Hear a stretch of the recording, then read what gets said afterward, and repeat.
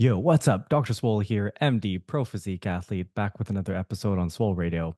I'm joined by Alberto Nunez, who is a legendary natural bodybuilder, one of the best. And today we're going to be delving into Alberto's workout program. Maybe just to get us started, Berto, as a broad overview, what does your program look like in terms of the layout and the split? So it's so generic.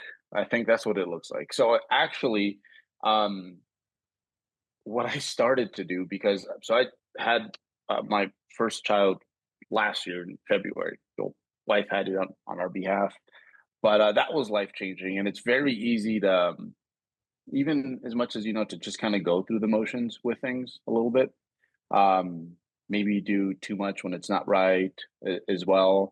I just had a hard time being objective and really having time to ask myself, like, how am I feeling today? Like, what sounds reasonable the next 8-12 weeks? So, what I ended up doing is I ended up joining my Train Heroic program, Hmm. which is it's like a group training that I have for people. For me, it was like, hey, there's a lot of people who are priced out of coaching, but they need kind of like these bumpers. And what I extract from it a lot is just data. Like I see what works on people and what doesn't, like what they find fun, engaging, and what they absolutely hate. So I'm like, I'm just gonna join that with you guys because it's a 4 day, upper lower or lower upper, kind of depending on the cycle. So it looks very basic, and I think a lot of people go in there and they see the program and they're like, I am out because that is not like as nuanced and like shiny and complicated as I need for my goal. So part of it was like, hey, a lot of it is like the driver matters, right? Like Yeah. like like it's basic, but it's been actually like doing me quite well because it's been keeping me honest, and it's just had me really refocus a little bit more on like the basics, which never get old, and you can never get too good at those. Yeah. I think that's a good way to look at it. I mean, I don't see anything as too generic or too basic, And as you said, it really is in the hands of the operator. And there's a million ways you can spin an upper lower split. So we're going to get into that. How do the days look like in terms of your main movements? Yeah, so man, we've like you said, it's the upper lower split is like it's such a canvas for so many things, right? I'd say the most recent thing that we tried that was just a lot of fun. We're not running at this block, but I can't wait to run it again. Was something that I borrowed from Dr. Joe. So back in the day when most everyone was training body parts like once a week, he had some his own version of a system that's undulating. And basically, I borrowed certain elements of this because what we were doing is we had one like high rep, like pumpy week with, I guess you could say more volume per like the way bros counted. So like higher reps, shorter rest periods, more machine work, things like that. And then the next week, what we did is we had a week where we're just being crushed by the weights. So like lower rep ranges, bigger rest periods. And what I found is that first of all, it was like two programs in one. And I think a lot Hmm. of people were nervous at first about like feeling like rusty when they got back to the heavy, or like the high rep short rest periods were not optimal for gains. But what people found was like a lot of um, textured what was still a very basic all around program. Um, it was like great for like people who are program hoppers because, like I said, like two programs in one. Yeah. But it was just fun because you got to beat yourself up in a different way through different pathways. So that was one that I'm like, man, like I need to use this like A B type week thing like more frequently with people. I learned that that's probably been my biggest success story so far, and I found it to be incredibly perfect for me because I've been training for 26 years, so like the joints have like a little seasoning at this point. So it's nice to have a week where, hey, we're bringing the loads down, probably not focusing as much on like length and work with like a lot of torque in those lengthened positions. Um, that to me was probably my biggest breakthrough. It just made me realize how one thing people forget is to like just gamify their training, to just like make it fun, because adults like children, when it feels like recess, and it doesn't feel like a salad with no dressing, where it's like, I got to eat this because it's good for me. Um, like all of a sudden, like your body's just so much more receptive to learning and adapting because you're having a good time. Hmm. That's an interesting way of setting up your training. I mean, I like that idea, especially for more advanced lifters who might be gathering some aches and pains over the years. I guess one thing I would wonder about is what are your thoughts on, it affecting your ability to progressively overload or your body to really get in the groove of getting stronger in a certain movement? So that was a little bit of the pushback I had, but a lot of the movements that we use are mostly machines, with the exception of probably maybe dumbbells for presses. And if you've been doing them long enough, it's just crazy how you will not forget them because you didn't do them for a week or didn't do them in like rep ranges that are more neurologically or technique uh, dependent, right? So it was not nearly as bad as people thought. If anything, by the time they got to the heavy week, they're like, man, I feel like I'm ready to go in there and like crush it. Like I'm super motivated to do that. And I think one thing that people forget, especially nowadays, is now that like everyone's just afraid of like fatigue, is it is something that's malleable. It is something that you can get better at tolerating. The repeated bout effect. Like, I mean, you look at the crazy stuff that Eric was doing like peak off season, like you would think he'd have rhabdo by now, but he's doing just Mm, fine.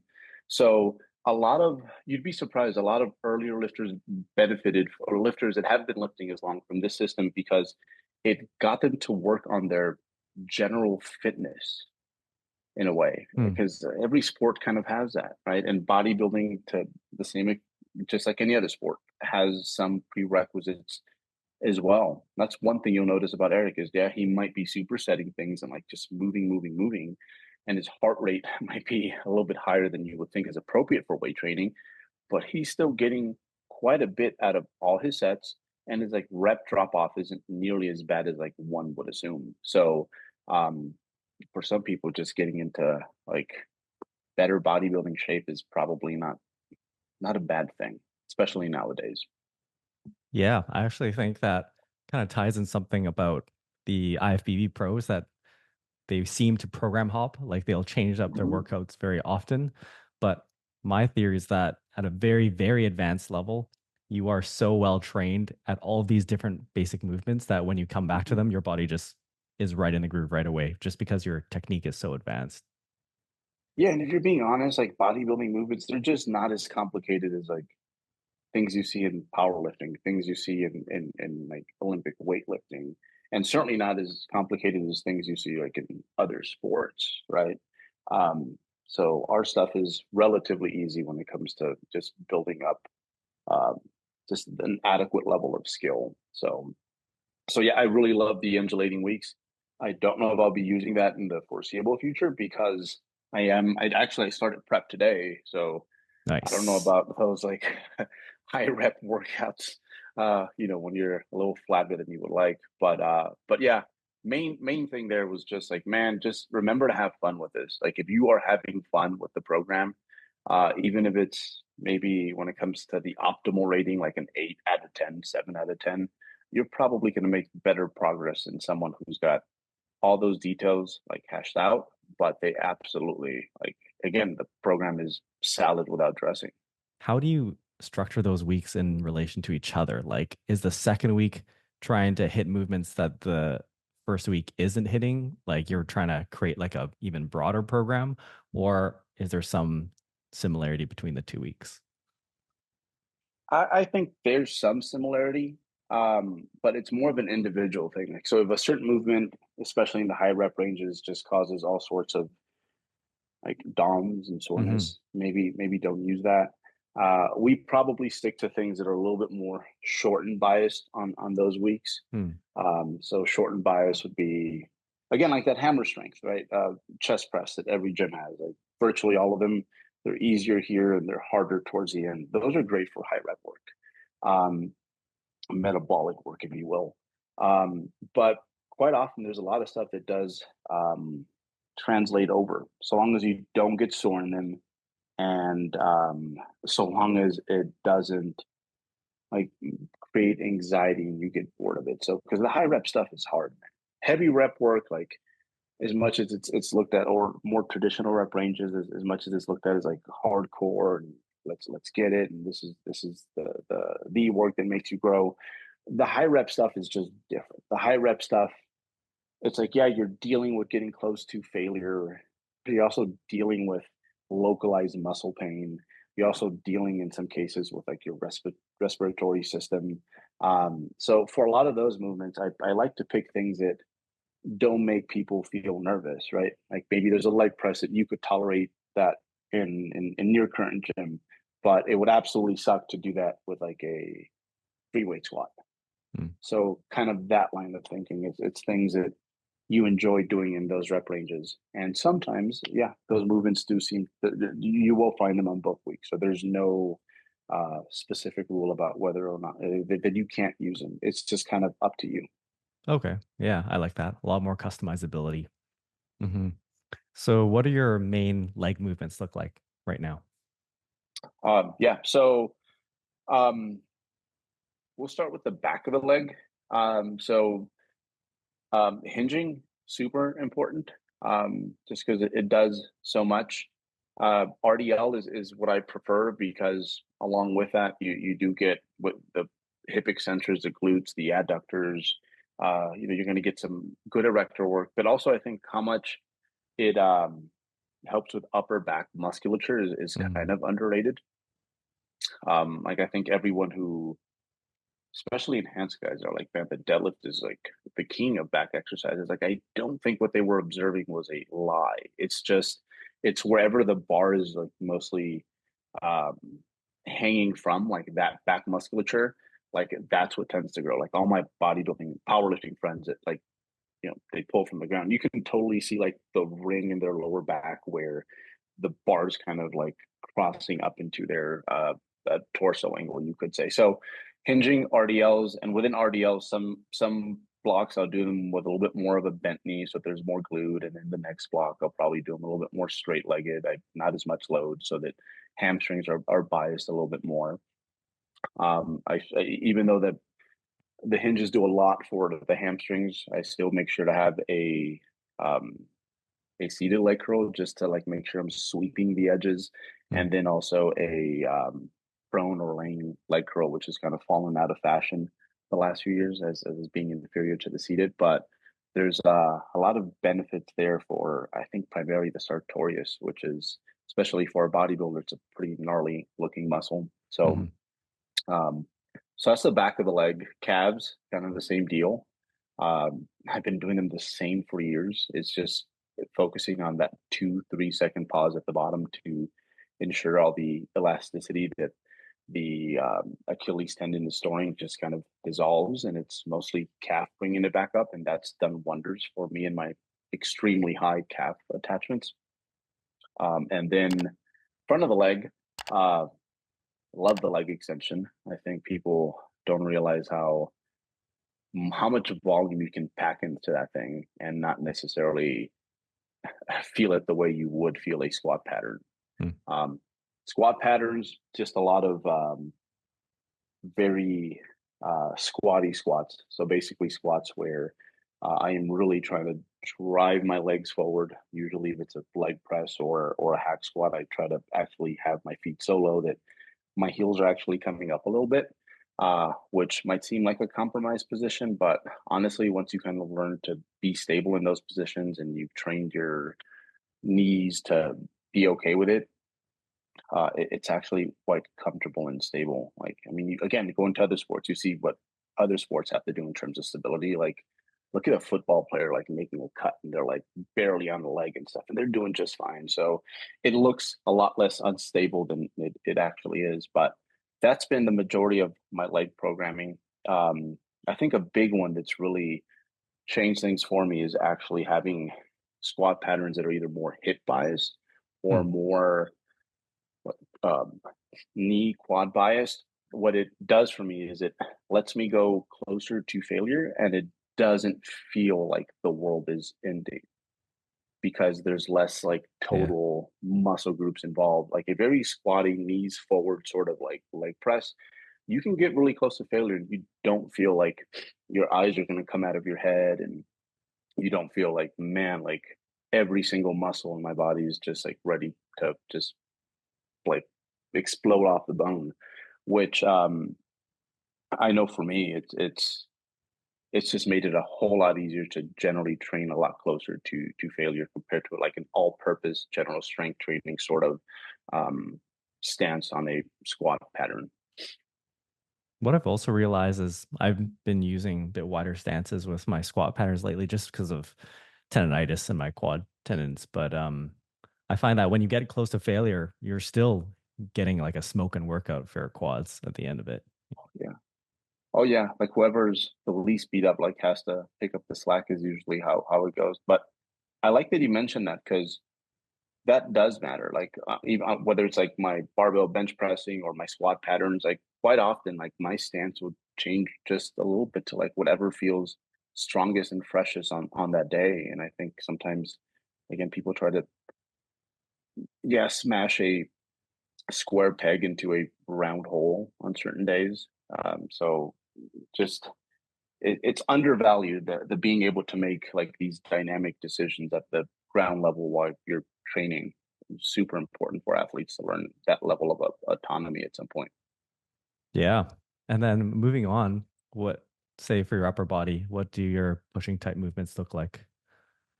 Ooh, torso thickness is what I wanted. So I don't have the most powerful chest.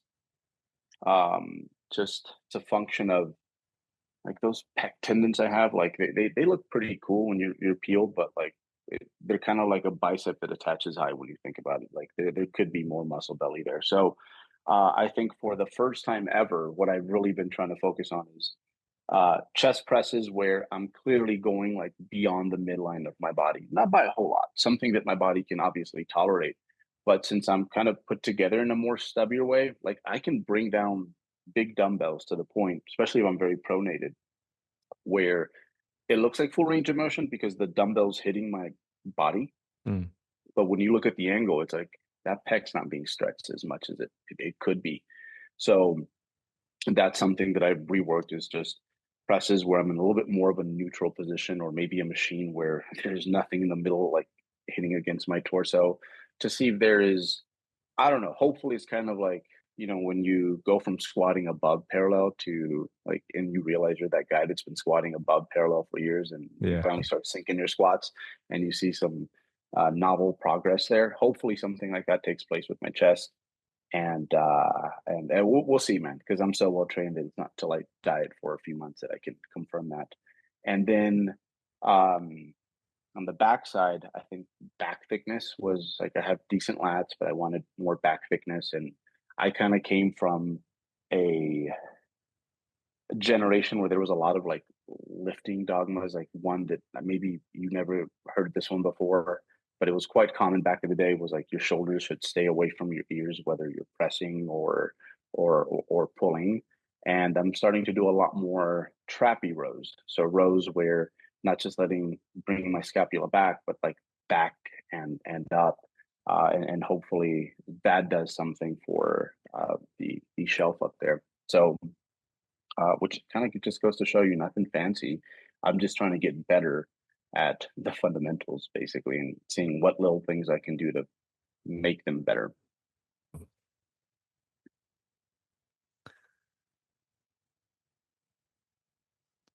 Okay, so in terms of your horizontal rows, you've been involving the traps a little bit more. Yeah, yeah, things where it's retraction but elevation as well, because I've done a lot of good vertical pulling, a lot of obviously because of that weight room like rule that kind of governed my training like the first 10, 15 years. A lot of pulling, but also with like scapular depression. So I've been kind of going up here a little bit more, Mm. and I think it's made a difference. My t-shirts feel like they fit differently. Like, but again, we'll see. Yeah. Anything different in terms of vertical pulling? Oh man. So I'm still on that iliac hype, man, which is crazy. Like the single arm pull down that's just taken over TikTok or so I hear. Um, and I think one thing people do poorly with this one is that like people don't realize, like, if you sweat the setup and you have like your cable like right and your seat right and you're nice and stable, like it is a freaking like grip and rip type of movement. Like it's not a like finesse, like I'm trying to feel every fiber back there. No, you just literally feel like like it feels quite broy, even though it doesn't appear to be. So that one is still a big part of many of my training cycles. Sometimes I go like right now. I'm currently using a neutral grip pull down just because that is the cat's 22 to doing unilateral movements. Is that if it's 3 sets, it's actually 6 sets because there's 2 limbs. But that's been a huge one just because it did so much for my back a few years ago. So I have to keep it there most of the time. Hmm. And then how about for your shoulders and your arms? Ooh,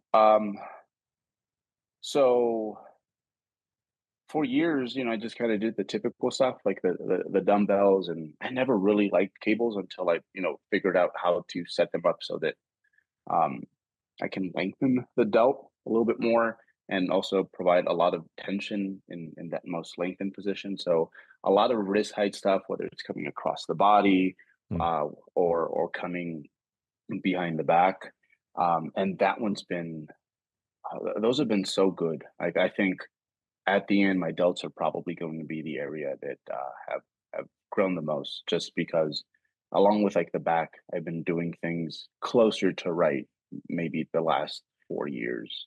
But yeah, same thing with those. They kind of seem like like Gen Z, TikTok. What's wrong with lateral raises? And me, someone who's always had pretty good delts. And I think I'd have good delts almost regardless of what I do. Like even I saw like a distinct difference. So those are definitely movements that kind of like my single arm row are just going to be there, I think, for the foreseeable future.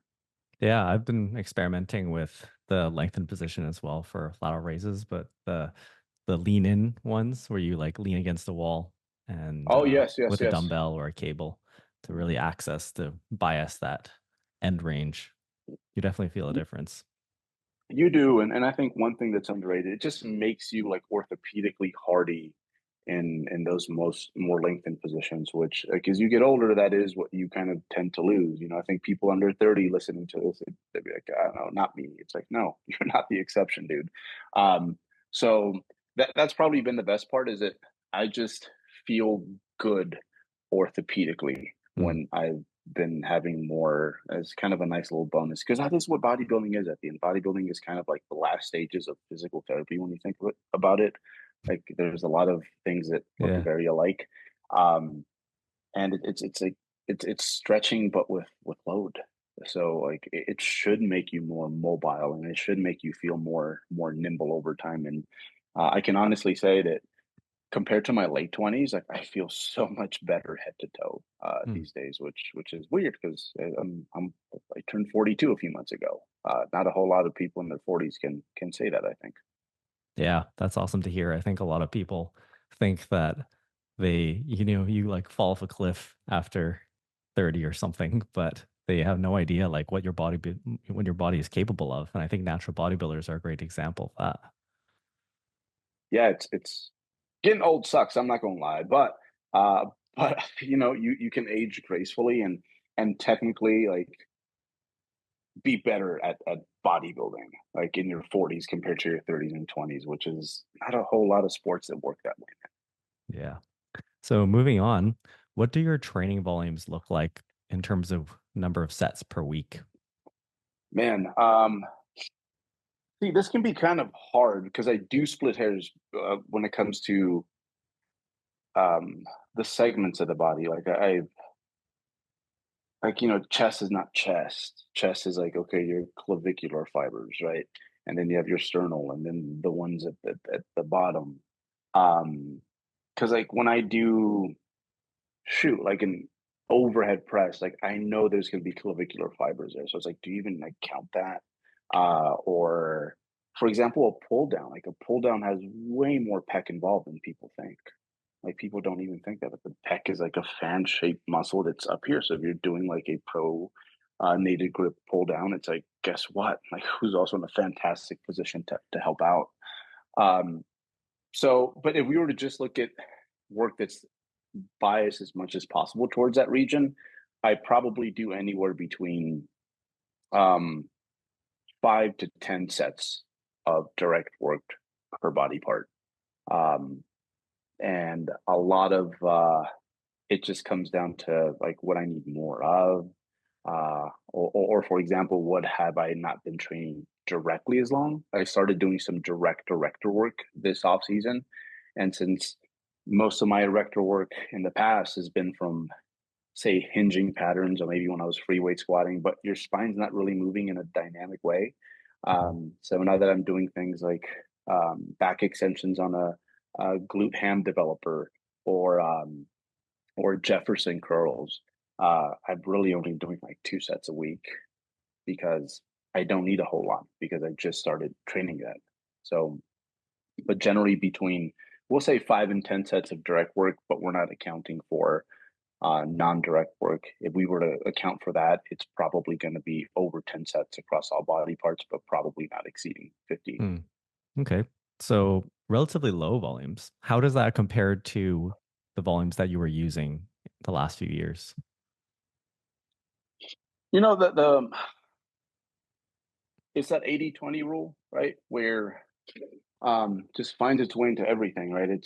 What is it? It's 20% of what you're doing in this case is giving you 80% of the results, right? Like if you go back to when you first started doing this, shows all this maybe bodybuilding folklore that was part of your systems that in hindsight you're like, man, I didn't need to eat 8 times a day. I didn't have to Yeah. have all these little 25-gram protein feedings.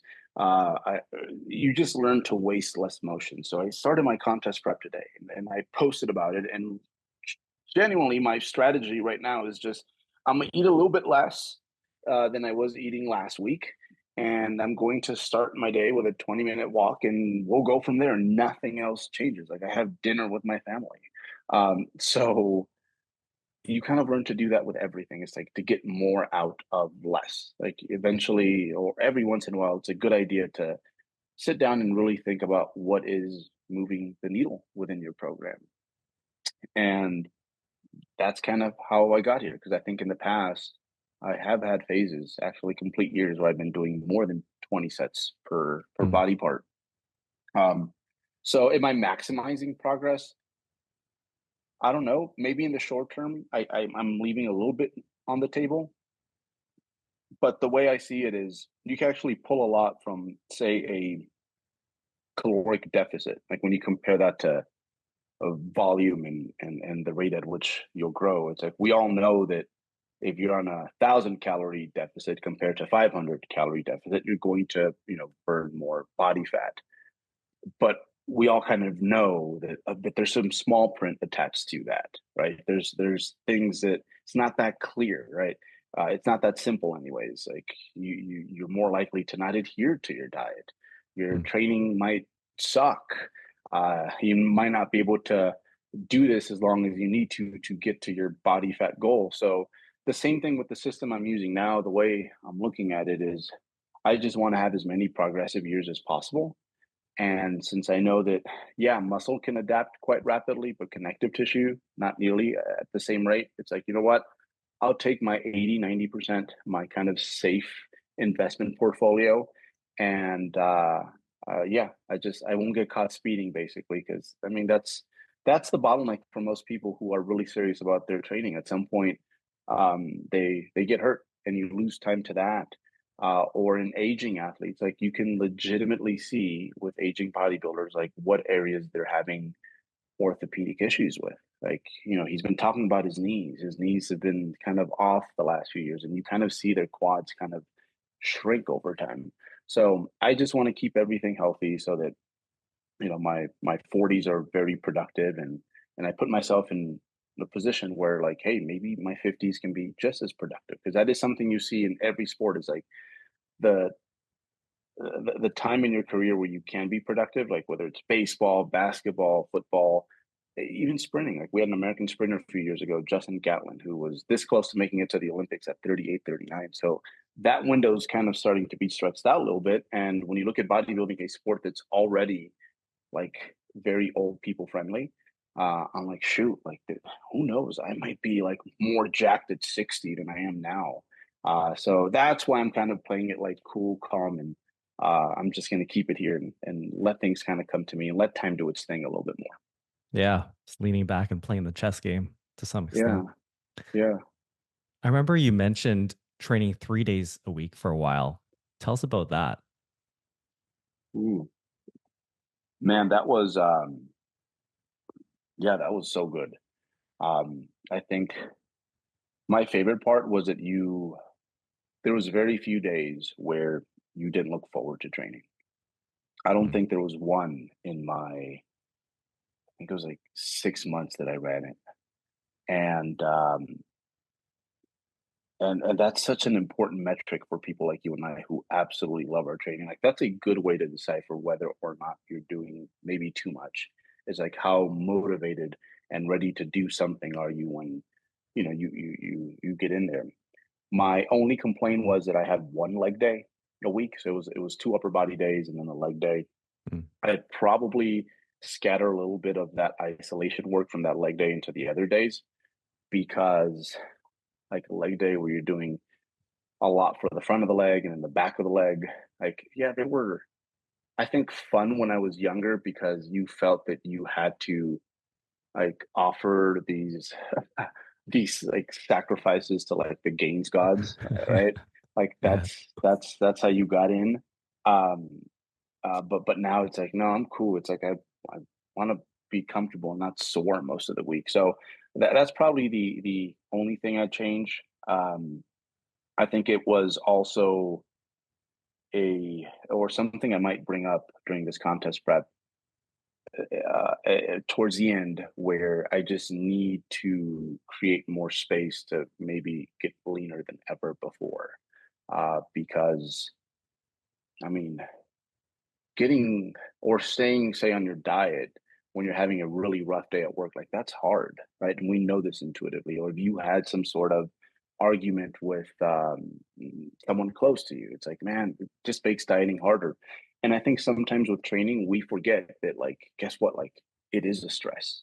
It's a Hmm. stress. Hmm. Like, we wouldn't morph the way we do if it wasn't that powerful of a stress. Every time you go in and train, it's like, all these little like fight or flight situations, you know, you know, 20, 30 of these in a session, and that can make dieting to new places harder. So it might be something that I roll out towards the end of the prep so that I can potentially have access to levels of body fat that I've never been able to make happen before. How was your progress during that period? It was great on a relative scale, of course, because I don't progress as fast as someone who's like only been training for 5 years. And I think it was great because, and it can be a strength or a weakness, that this factor is that like, hey, like I know I don't get to do this exact movement again until like next week, so I'm gonna bring everything I can to it. Hmm. But also just the fact that there wasn't a whole lot of fatigue present, that I just felt fresh and like motivated and like I wanted to be there. I was ready to just push hard, made for just a lot of confidence as I started my sessions. And that's super important because that happens every once in a while where you think it's going to be a bad day and then you get rolling and it turns out being a great day. But usually those real good sessions where you crush it, it's like you kind of know as an experienced lifter from the moment you start warming up that okay, like I'm pretty set to do something pretty productive today. Um, so yeah, I think overall that worked quite well. What's his name? Ben Howard's made a living off this sort of like programming for like I think decades now. Mm. Bodybuilder in the UK. So again, going back to like that safe investment portfolio, that's what I would consider like 3 days a week. Like it's one of those things where could you be progressing faster? Yes, but I do think I'd probably give it a bit of an edge when it comes to potential longevity benefits, whether it's like joint or just like up here because you're less likely to get burnt out. It's Mm. very easy to integrate it with the rest of your life. So I think 3 days a week is like highly underrated, and I think at some point everyone should try it just to. First of all, it's going to let you like sift out and like really think about your training and like what things are really what things are the things that are serving me. Um, and it's just going to bring a certain level of peace. Maybe you don't stay there, but you're like, you know what? I know I can roll out these three if life gets a little hectic, and I know I'm going to be just fine. But yeah, I made fantastic progress. Like it was, I think most of my progress this last off season was running the threes, and then these last few months because I knew contest prep was starting, is like I really got going on it. So um, yeah, I think it's a completely valid way to train. Yeah, I think as bodybuilders, we often get attached to our like heavy hitting training programs and like the high volumes, high intensities, and just crushing it day in, day out. And you you don't think about how much progress you could actually make if you rolled a little bit back. Yeah, it can be a cyclical thing like throughout the year too. Like you can have, years where you're using years, months in the year where you're using more volume, and then, maybe it gets really nice outside and you don't want to be in the gym as much, so you can roll it back to 3 or 4. Um, like you don't have to do the same thing uh or assign yourself to the same interpretation of the general principles like all the time. Like you don't have to put yourself in a little box. Do you run any kind of pre-planned periodization in terms of actually playing with training volume or your programming over the scale of months? Um, No, I think this is something that it's probably like if this was a performance sport, I can and it kind of is to some extent, right? Like if you're performing well and you're seeing these you're hitting PRs at the rate that you should be, obviously you're going to grow. But I think it's probably, especially since there's so many moving parts that go into being a successful bodybuilder, right? Like we talked about, it's like the nutrition, where are your stress levels, what other things, right? Do you have going on in your life? I think it's better to base it around those things as opposed to like, I don't know, like think of yourself like a sprinter that's like, okay, like season B really gets going here. This is where I'm going to peak. I think it's probably better to take an approach where you can listen to your body's own biofeedback and like pay attention to what's going on, because no matter how hardy and tough you think you are, like those life factors impact you, and you can try to just bully through them, but that usually doesn't work out very well. Or you can just kind of take it as, hey, this is just like, I don't know, like certain businesses in certain seasons, this is just kind of my dry season, and that's just what it's going to be. Like I get low bouts of like seasonal depression, and I know that in the winter, like when we transfer over to that initially, I'm like, I know I'm just going to be garbage. Mm. I have to wait till like November, December, and then okay, now I'm good. Let's get after it. So it's just important to be dynamic and have a certain level of mindfulness when it comes to how you're going to approach the next few weeks. But no, nothing pre-planned in the long term. Have you ever tried an SAD lamp? No, no, no, no, no, no. I got one of those lately.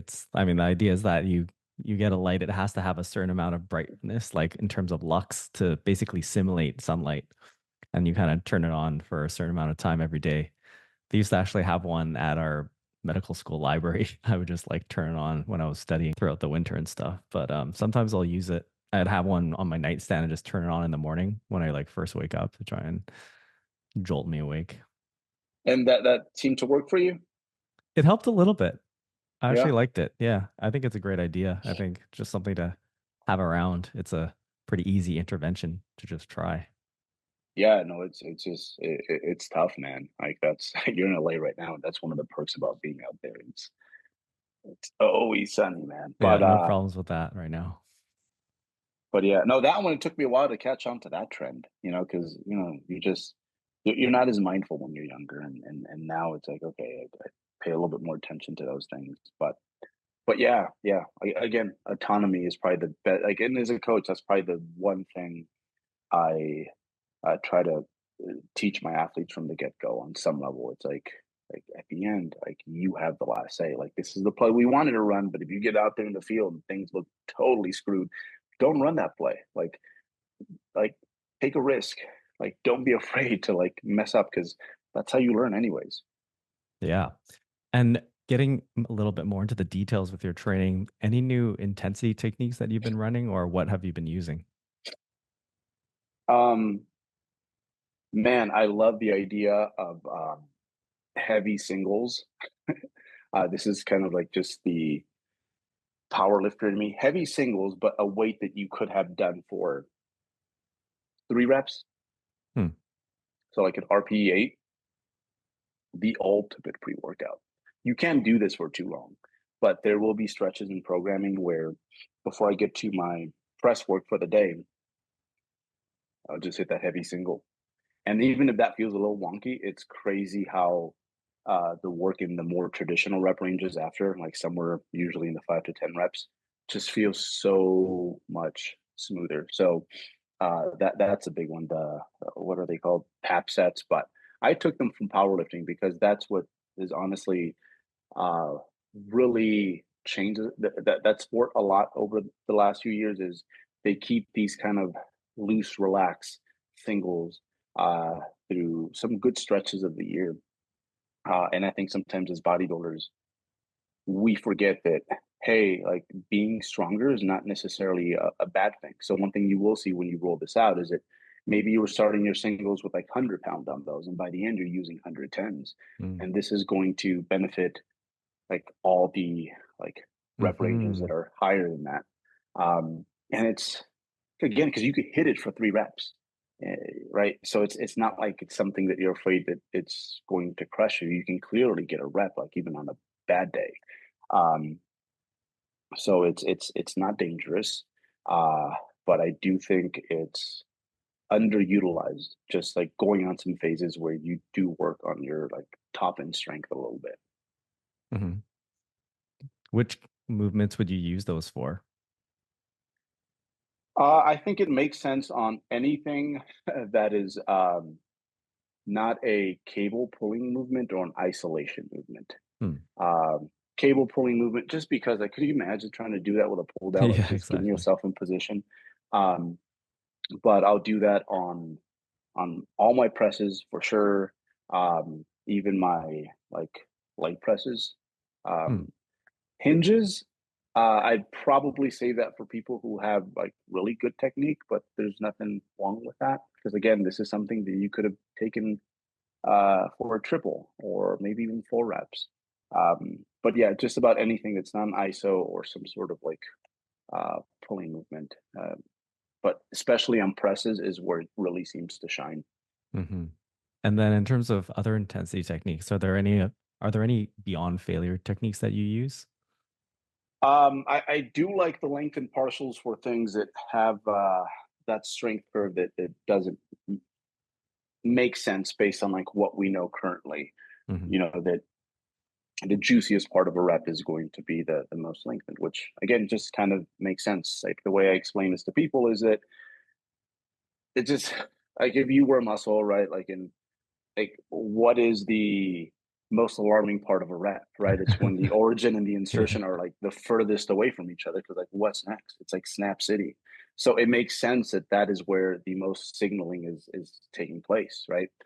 Um, so for things like pulling movements where yeah, it's heaviest in the shortened, it's like you're probably better off sweeping that lengthened bit and getting into these partial reps, like letting the range of motion dissolve. It's and we can see that this actually plays out well in the real world because I don't know if you've noticed this, but a lot of the people who don't have that textbook rowing form, like those bros over there, they tend to have the best backs. And if you think about why that's taking place, it's because it's actually it's not all of their cheating, but some of their cheating is like this very sophisticated movement that's taking place where They're kind of letting go of the load. They're creating all this with a load that's much heavier than what they would need with strict form. There's this inertia that's building up, like as they get the load further away from them, and they're having to redirect that back. Hmm. I'd much rather have people not learn that, because I think it's more fatiguing than it needs to be. There's probably a little bit more risk involved. Um, it's just crude. So I think the better way of doing it is just use a load that you can get somewhere between 6 to 10 reps at, full range of motion, 10 to 15 if you like, whatever, something that makes sense for you. And then once you can no longer fully pull, row, or pull down a load, like let that range of motion dissolve and sweep that area where it's most longest. So I do use a lot of that for my pulling movements, my lateral raises, even my leg curls, um, certain type of chest press movements as well. Like, for example, the hammer strength line is heaviest at the end. So I'll just kind of sweep this stretch position afterwards sometimes. Um, so, so yeah, a lot of beyond failure stuff. And I know that, again, like the fear mongering when it comes to fatigue, like I don't think there's too much to worry about when it comes to doing those partials, because otherwise it's almost like there was, like, if you were able to get 3 or 4 partials afterwards, like that was technically that rowing movement you did, like an RPE 6, 7. Mm-hmm. So I think if anything, you're understimulating, and you get used to it really quickly. Again, going back to my powerlifting, that's the one thing it taught me. Like Eric will tell you this, you cannot compare how fatiguing like bodybuilding is compared to like powerlifting training when like you're really in it. It's like not even close. Like Yeah. in some ways, I'd say it's harder than a prep, because you can't even put your finger on what hurts sometimes. You're just like my knees don't want to bend. I'm not motivated to train. Feel a little depressed. Like, oh, it's the squatting 3 times a week, right? So so again, you're malleable when it comes to that. One last thing that I have been using is Mm-hmm. myo reps for my isolation work. A Nice. lot of myo reps, just because once you understand the size principle and how that works, that we're trying to get to those not effective reps, but I guess I'd say more effective reps is probably the better term. It just makes no sense that, like, okay, I did my first set of curls, and I didn't really start getting the fast twitch muscle fibers involved until like rep 8 or somewhere around there. Like, it doesn't make sense to have to restart that process all over again, all those buy-in reps just to get to that hard part of the set. So for isolation work, I just think it makes sense to do a lot of that rest, pause, myo rep, or cluster work. It saves you a lot of time. And especially when you're dieting, I've found that to be very beneficial. When you're dying, especially. Dying and dieting, same thing, Yeah, especially given what we do, exactly. right? Yeah. Contest prep in a nutshell. So, in terms of, say, your arm and shoulder training, what proportion of that training would you be using my reps for? At this point, everything, Everything. everything. Hmm. Um, it just, you just can't get me to, at this, when I'm doing a preacher curl and it's like, all right, 4 sets of 8 to 12, when I can just take that first set to failure, have all these short pauses, these short rest periods in between, and get right back to what virtually feels like the last reps of that set. It's like I'm done with each arm, like in, I don't know, like 2 minutes or something like that. Maybe 2.5, 3.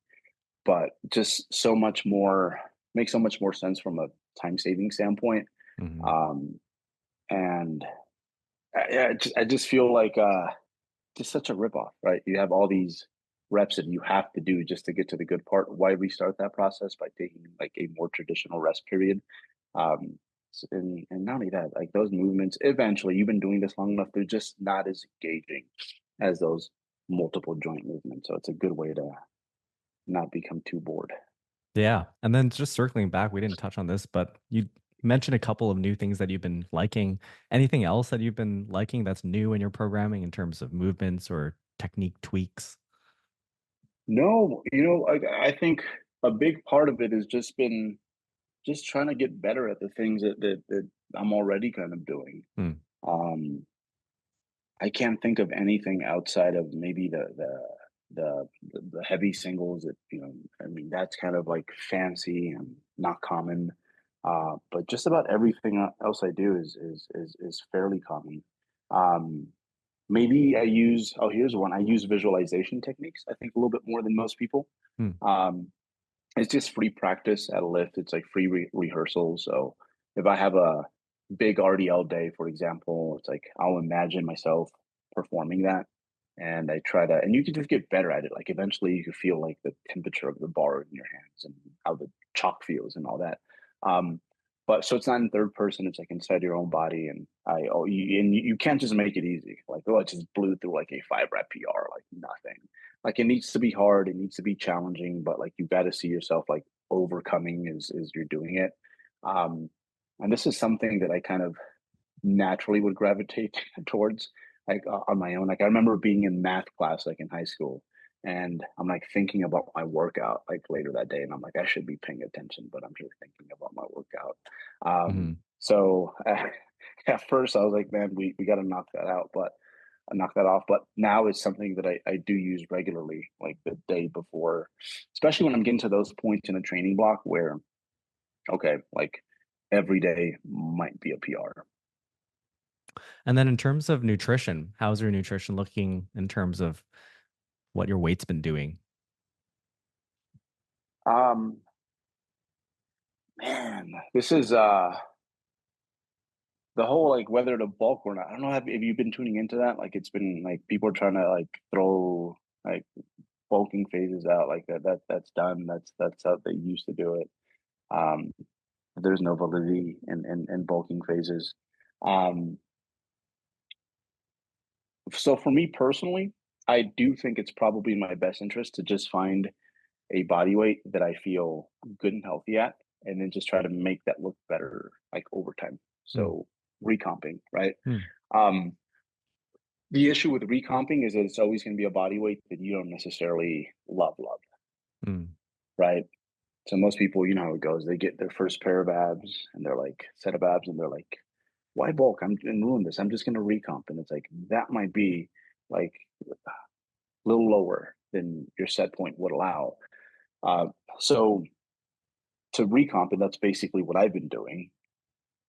I like to get myself to a body weight where, and maybe Helms has used this term here with you before, but there's a certain level of metabolic flexibility taking place. And what that just means is that your body has an easy time using both endogenous and exogenous fuel sources. So, for example, for you and I, when we're very lean and close to getting on stage, we're not metabolically flexible, right? If we're scheduled to Hmm. eat at noon and noon becomes 2 p.m., that is not a good time, Yeah. right? Dying. But but when we're in a generally like healthy, like sustainable body fat level, oh, not a problem. Like that happens all the time sometimes, right? So that's what I try to do is just try to be weight stable at that healthy body weight and try to eat a high protein diet, try to train in a progressive manner, and then just try to own that weight more and more. Hmm. Yeah. So in terms of your outline for your prep, what's your plan? Ooh, man, that's scary. It's so no matter how many times you've done this, like it's just it's it makes you a little nervous, man, because Hmm. especially when people are watching. Like I think Yeah. a Yeah. lot Yeah. of a lot of young bodybuilders they want people to like care about their bodybuilding, to give a fuck about their bodybuilding, and I'm like, ah, that's what you think, but once people tuning in, it's a little different, bro. Like I always feel like I don't know, like I'm Eminem back in the day, and he's releasing a CD, and it's like, oh, please don't flop, like please make this good. So I think my approach for this one is just to have fun, to try to learn a lot, I think, first and foremost, and try to take everything that I have learned over the last few years and try to apply it to my current situation where it's the first time I'm doing it as a parent. um, so yeah, those that's the approach, is I'm gonna have fun, try to learn a lot, try to have things that I learned through my experience that I can pass on to my athletes and just everyone in general. But like most drug-free preps, it's like I started now, it's May, for shows that are going to be in mid-October, the earliest. So It's going to be a banger. It's quite a commitment, man. It is. What would a representative day in terms of a meal plan look like for you in terms of foods you're eating? So I eat 3 times a day usually. I'm not a big snacker. Really, the only reason I'll leverage snacking is if my pre-workout window, the window between my meal before training and training just got extended a little bit. Then I'll have an apple or something just to get my glucose levels to like not zombie. But outside of that, it's very stable. It's just like 3 meals a day. And most of my cardio is just steps, just walking. And whenever I do make adjustments to my nutrition, I'd much rather usually eat less compared to move more. I think that is one of those things where it's kind of individual. And I think athletes should have some say in that. It's like, well, what's going to hurt less, right?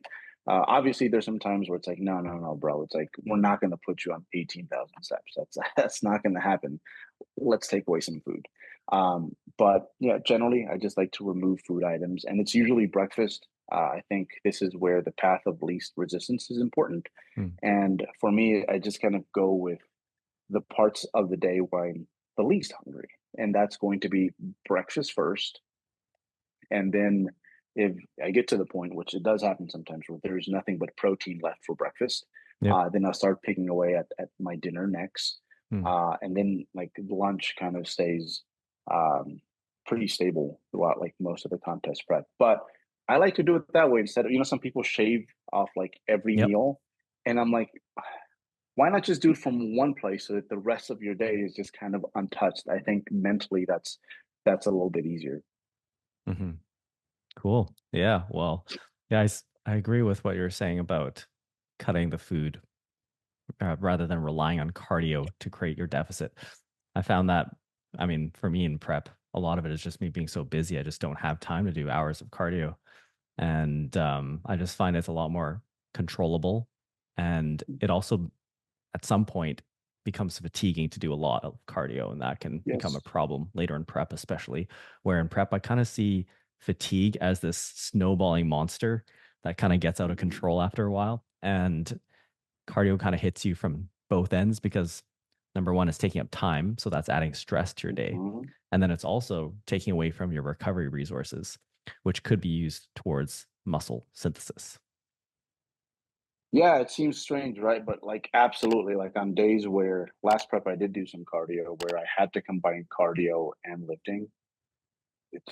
Lifting felt totally different. Yeah. Cardio is just, especially as you get smaller, you just get better at it. It's like systematically taxing, right? Whereas lifting, there's some systematic things going on, but it's mostly like, it's like isolated to that region you trained. So, but again, like one thing I've noticed, like women tend to have an easier time adding cardio, and they much rather not remove food. And since they're generally smaller systems, like, it's like, I'm like, that would kill me, the amount of cardio you're doing. And like to them, it's like, no, that would kill me to take away food. So, and again, super, super individual. But it's much easier for me to like not eat 700 calories compared to like go burn 700 calories. Good point. So that was a great conversation, Berto. It's cool getting a window into your programming. Where can people find you? 3dmusclejourney.com.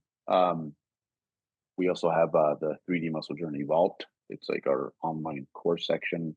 We cover everything from how to create your own programming, figure out how many calories you need if you want to prep at some point, like what that process should look like, not from the moment you start the prep, but actually the years leading up to that.